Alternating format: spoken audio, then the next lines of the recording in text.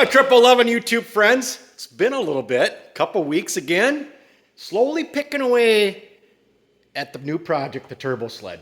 Finally came up with a name with it. I didn't want to say it right away. I was going to say it, but then I caught myself. But yeah, we did finally come up with a name. I got a few suggestions from some of you YouTube guys. Couple comments that gave me some ideas, and I took the one idea and I added onto it, and we decided to call the project Jason 6.5. Yeah, so that's the name, Project Jason 6.5. I didn't want to add anything turbo into it. That just seems like it's all used up. Anything to do with the turbo, it's used, and I thought Jason 6.5 was a pretty freaking kick-ass name for this sled.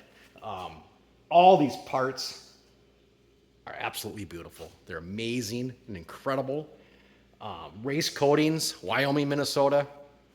Clinton and his crew over there knocked it completely out of the ballpark again. You want custom powder coating on your parts, that's the guy to look up. Get a hold of Race Coatings in Wyoming.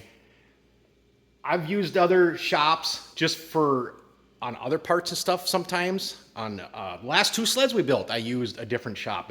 But that's a production shop. You get limited choices on your colors. What they have is what they have, and it's a lot cheaper that way. I will say that.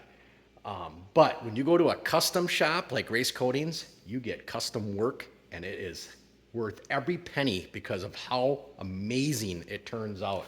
Look at these heads. They're beautiful. I get chills when I look at them. And when I went to pick the parts up, they look just like this. This is what they'll do at Race Coatings for you. Production shops won't do this. They won't clean the powder coat back off of your raised parts of your embossments where you want it cleaned back off. They took care of it. It looks great. I love it. The springs, the shocks. Oh my goodness. The shocks look amazing. Bob knocked it out of the park again on the shock bodies. Yeah, I've sent stuff to him before, and Bob does incredible work. Absolutely incredible work. Here's one of the rears, and then I bought some decals off of eBay. But getting the whole shock all back together, it looks absolutely incredible. Brand new looking. I bought the jounce stops from Dennis Kirk. It's the only place I can find these jounce stops is Dennis Kirk. But you can buy them. They're super cheap. Get brand new jounce stops. If you're getting your shocks rebuilt and your jounce stops are junk, just buy them ahead of time and bring them to your shock guy, because more than likely he's not going to replace them. He's going to put your cracked up piece of crap jounce stops back on. If you bring him new ones, he'll slide them right on when he has the shocks all apart. Super good time to do it. So Eric, the shock guy, does all of our shocks for us. He does incredible work, fast turnaround. I couldn't be happier with Eric. I mean, I drop him off and it's fast. He takes these ones, he has to completely strip down to nothing so that I can send the bodies in to get them re-zinced like that. So that's an incredibly extra amount of labor that he has to put into them compared to just rebuilding a shock. So really appreciate that. Eric always does that for me. Here's the slide rails for Jason 6.5. I went ahead and I drilled them before I had them powder coated. And then I'm going to come back with a chamfer bit and I'm going to touch off on the edge of all these holes. So this will be nice shiny aluminum on here on all those holes. I think it's going to be a killer accent. There's the front bumper in black. I didn't want to take it out of the bag. I didn't want to take too many parts out of the bag. I still have to move them around quite a bit yet. And I don't want to risk scratching them, although powder coat is about bulletproof. I found out the hard way. I had a shelf fall down on the Freedom chassis onto the tunnel, and it hardly scratched the thing. And it was like 1,000 pounds of stuff on the shelf too. I mean, I couldn't believe that it didn't totally destroy the thing. But I like to be careful with the stuff. I don't want to get little scratches and nicks and fingerprints and everything else. Here's those Northern Light, ultralight trailing arms that we had for the project. They were purple to begin with, but we went black. So then we'll end up putting, I think there's a decal that goes on here, but yeah, we'll end up putting the 650 decal on there. I got the whole 650 pumpkin decal kit. Got the handle here. Kevin Kraus Designs did the handle. Here's a sticker. You can find him on the internet. He does all of our handles for us. I love his work.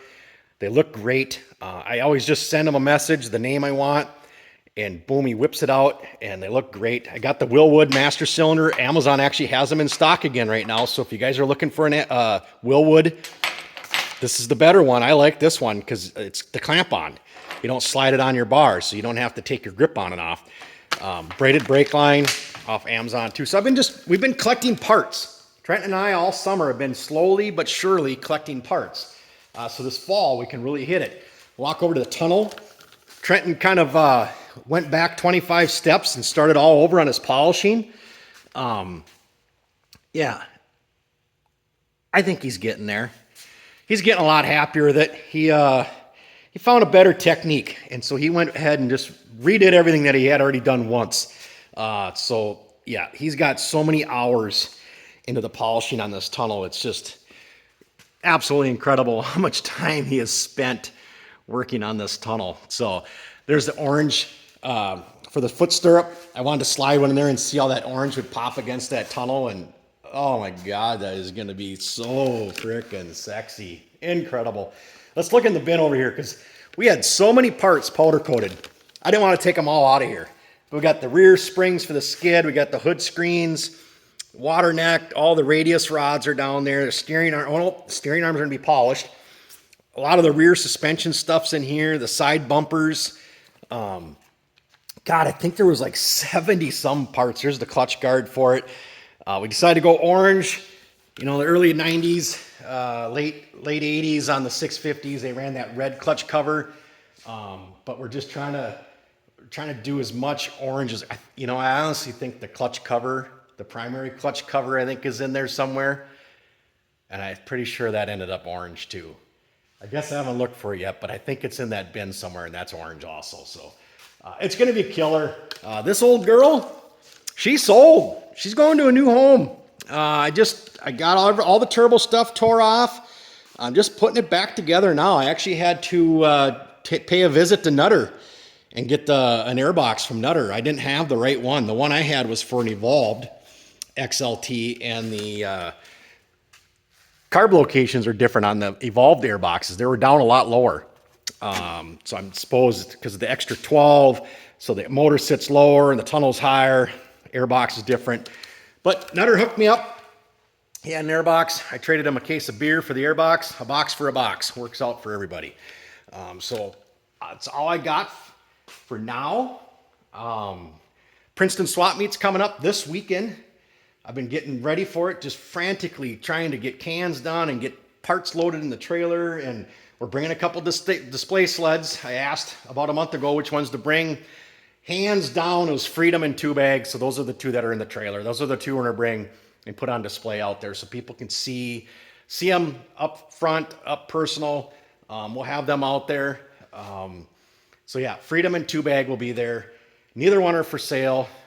Freedom could be for the right about a 2-Bag, definitely not. It's my daughter's sled, and that's not going anywhere. So Friday, we're going to do a swing by, introduce yourself to me. I want to meet you. So if you happen to be out there, come by and see us on Friday from 1:30 to 2:30. We're going to be giving away these buggers and a hot dog, and Saturday from noon till 1.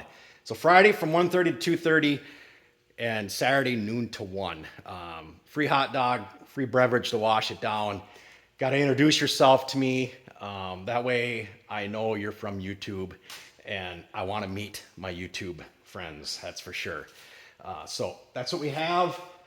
Hope to see some of you out at the swap meet this weekend, and we're going to keep plugging away, and things are going to start coming together here. I know it's been a slow process here, but now things are going to start coming together. We got a lot of parts here now, and we can start assembling stuff, especially like the rear skid can be fully assembled. We have every part here for it. I've even been buying like the carbides, the wear rods, the slides. I've been getting all that stuff too. I mean, I have a shelf full of all these parts to go on there. I got white face gauges for it. I got a wedge gauge pod with to hold the larger gauges. So we got white gauges out of an XCR 800. Like I said, we've just been slowly getting in more and more parts. it takes a long time to gather them all, and I can't do it all in 2 weeks because I can't afford to do that. So, and then that's all I have for now, guys. I don't want to keep dragging this on. So, appreciate it. Thanks for all the views.